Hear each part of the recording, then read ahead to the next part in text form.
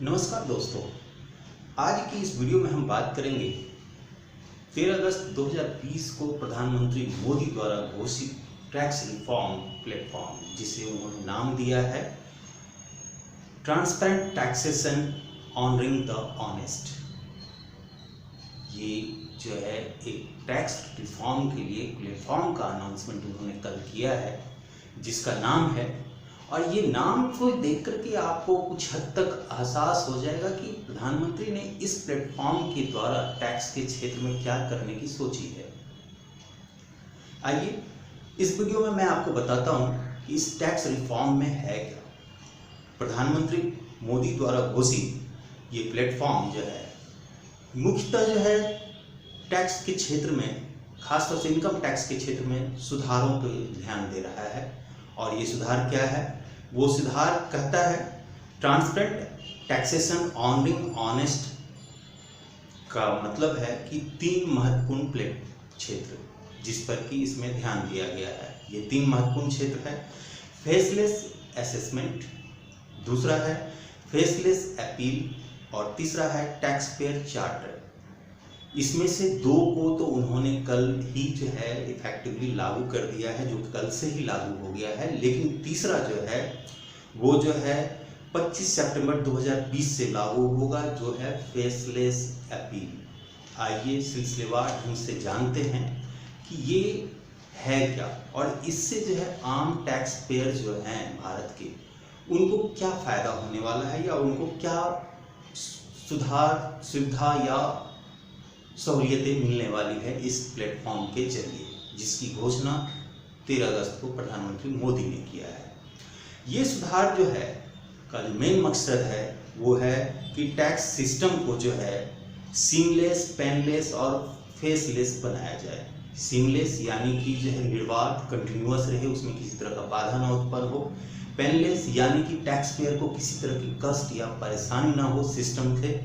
और फेसलेस यानी कि इसमें कोई भी 2 पक्ष जो है, यानी कि टैक्स ऑफिसर और टैक्स पेयर आमने सामने ना हो। इसके पीछे मेन मकसद है कि आमने सामने होने की वजह से सिस्टम में कई दोष उत्पन्न होता है, जिसको कि इसके द्वारा दूर करने की कोशिश किया गया है।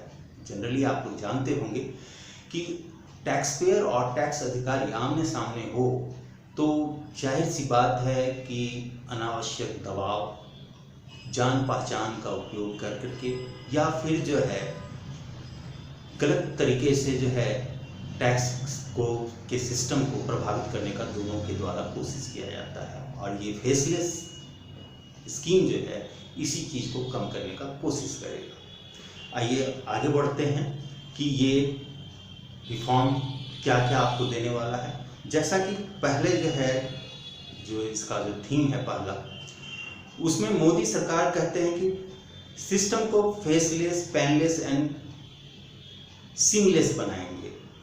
इस 3 सूत्री प्लेटफॉर्म जो है मेनली जो काम करेगा, वो जो 3 जो उन्होंने घोषणा किया है उसी 3 शीर्षक के अंदर काम करेगा ये चीज़। अब ये 3 शीर्षक जो मैंने स्टार्टिंग में आपको बताया, फेसलेस अपील, फेसलेस जो है असेसमेंट एंड टैक्स पेयर जो है चार्टर, इसी 3 के अंदर ये तीनों चीज़ जो है समाहित हो जाएगा, और इसी के द्वारा आपको सुविधाजनक सिस्टम मिलेगा। अब इसमें का पहला जो है फेसलेस असेसमेंट, ये क्या होता है? इसमें होगा क्या कि अभी तक जो है आप अपना इनकम टैक्स का असेसमेंट जो करते हैं, उसमें आपको जो है लोकल जो है income tax office, local income tax team और लोकल इनकम टैक्स अधिकारी के संपर्क में कई बार आना पड़ता है, और आपको जो है उनके सहारे जो है अपना जो है इनकम टैक्स का तमाम चीज़ों को पूरा करना पड़ता है। लेकिन अब जो नए सिस्टम है उसमें जो है आपको जो है local income tax office, local income tax team या अफसर के आगे पीछे चक्कर काटने की ज़रूरत नहीं है। इस नए सिस्टम में जब भी आप जो है इनकम टैक्स का अपना असेसमेंट करेंगे, तो आपका इनकम टैक्स का जो असेसमेंट जो है किस अधिकारी के द्वारा और किस इनकम टैक्स टीम के द्वारा जो है उसको जो है चेक किया जाएगा, या उसका असेसमेंट होगा फाइनल तौर पे, ये कंप्यूटर जो है रैंडमली तय करेगा। और जब कंप्यूटर रैंडमली तय करेगा तो उसके अंदर ये बैरियर हटा दिया गया है कि आपके शहर का ही इनकम टैक्स का टीम होगा या अधिकारी होगा, ऐसा नहीं, या फिर आपके राज्य का ही होगा, ऐसा भी नहीं है। जब कंप्यूटर जो है रैंडमली आपके इनकम टैक्स के असेसमेंट के लिए जो है टीम को नियुक्त करेगा तो वो पूरे कंट्री को लेगा और आज के बाद आपका इनकम टैक्स का असेसमेंट जो है पूरे देश का किसी भी टीम के द्वारा हो सकता है। हो सकता है कि आप अगर दिल्ली में बैठे हैं तो आपके इनकम टैक्स का असेसमेंट जो है चेन्नई में बैठा जो है इनकम टैक्स का कोई टीम कर रहा हो, या हो सकता है कि गुवाहाटी का कोई टीम कर रहा हो। यानी कि कुल मिलाकर के कहा जाए ये कि आपको जो है लोकल इनकम टैक्स अफसर और अधिकारियों के आगे पीछे घूमने की जो है एक बाध्यता थी उससे मुक्त कर दिया गया है। इसके अलावा जब कंप्यूटर रैंडमली तय करेगा कौन अधिकारी आपका टैक्स असेसमेंट करेगा तो उसमें जो है आपको जो है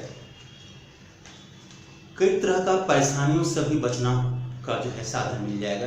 अनावश्यक जो है लोकल जो है अधिकारी जो आपको परेशान करते हैं या फिर तंग करते हैं वो चीज़ भी अब आपके साथ नहीं हो पाएगा। इसके अलावा इनकम टैक्स का स्क्रूटनी, नोटिस, सर्वे हो या फिर किसी भी तरह का जब्ती हो, ये कोई भी काम आपके शहर के अधिकारी के पास नहीं होगा। अगर ऐसी परिस्थिति आती है तो उस स्थिति में भी आपके लोकल अधिकारी इसमें शामिल नहीं होंगे।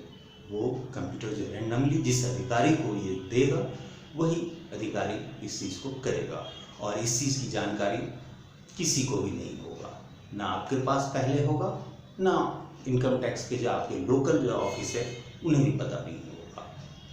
इसके आगे इनकम टैक्स का जो सभी काम जो है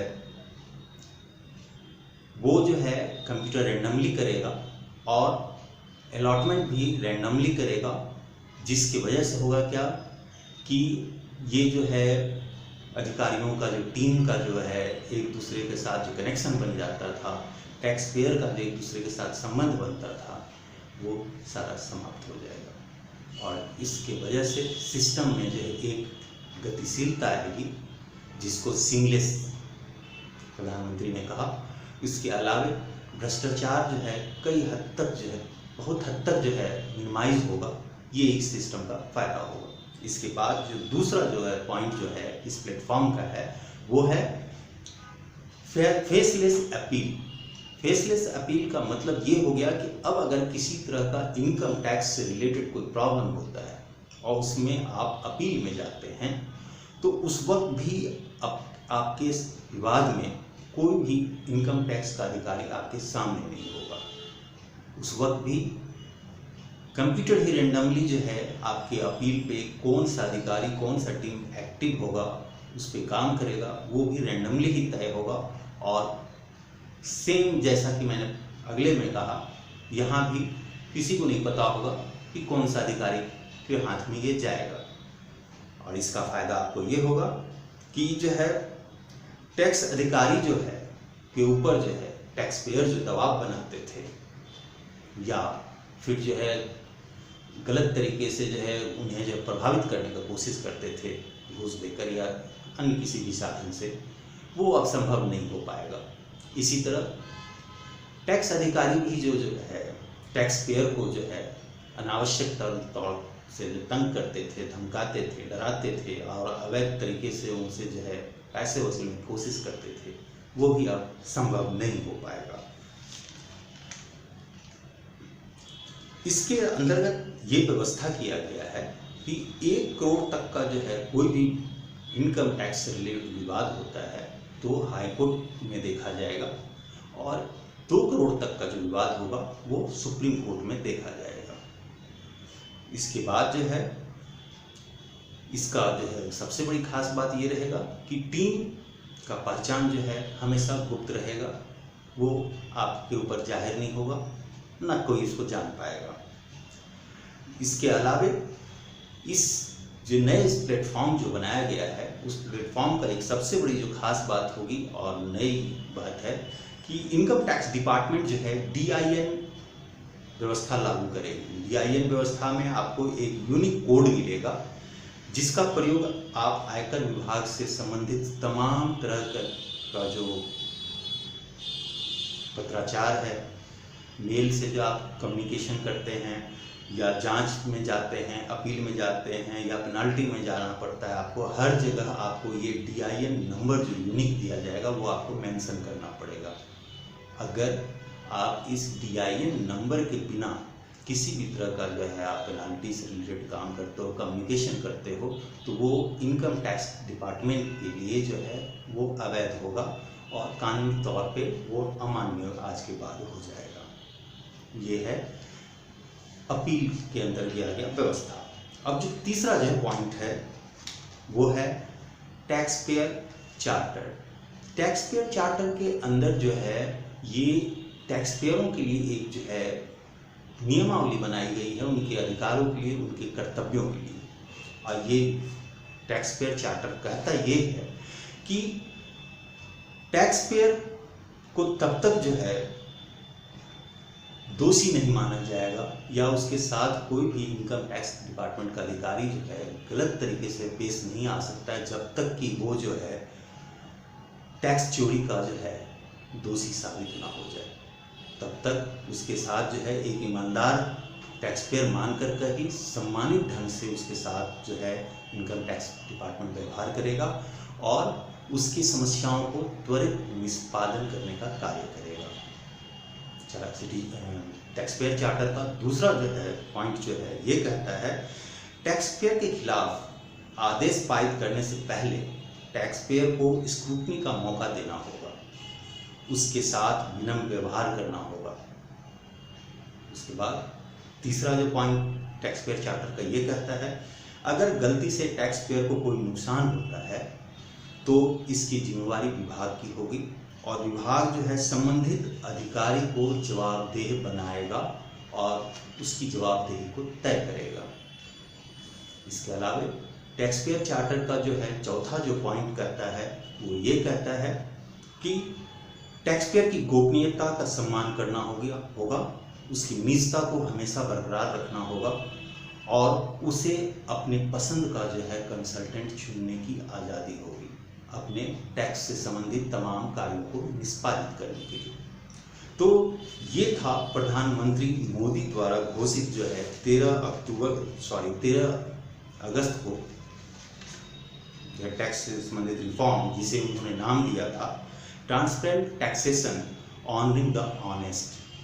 जैसा कि आप इस प्लेटफॉर्म के नाम से जो है महसूस कर रहे हैं और जैसा कि मैंने आपको बताया कि ये टैक्स पेयर पेइंग सिस्टम को जो है सिलसिलेवार ढंग से जो है सरल बनाने के लिए उठाया गया मोदी सरकार की तरफ से एक कदम है, जो कि 2014 में मोदी सरकार के आने के बाद से निरंतर चालू है और लगातार मोदी सरकार इसमें जो है टाइम टू टाइम जो है टैक्स पेयरों की सहूलियत के लिए सुधार करती जा रही है। और जैसा कि जो है सरकार के सूत्र बताते हैं कि आने वाले समय में जो है अभी तक जो किए गए सुधार हैं उसके अनुभवों को देखते हुए जो है सरकार और भी इसमें जो है सुधार लाने के लिए सोच रही है।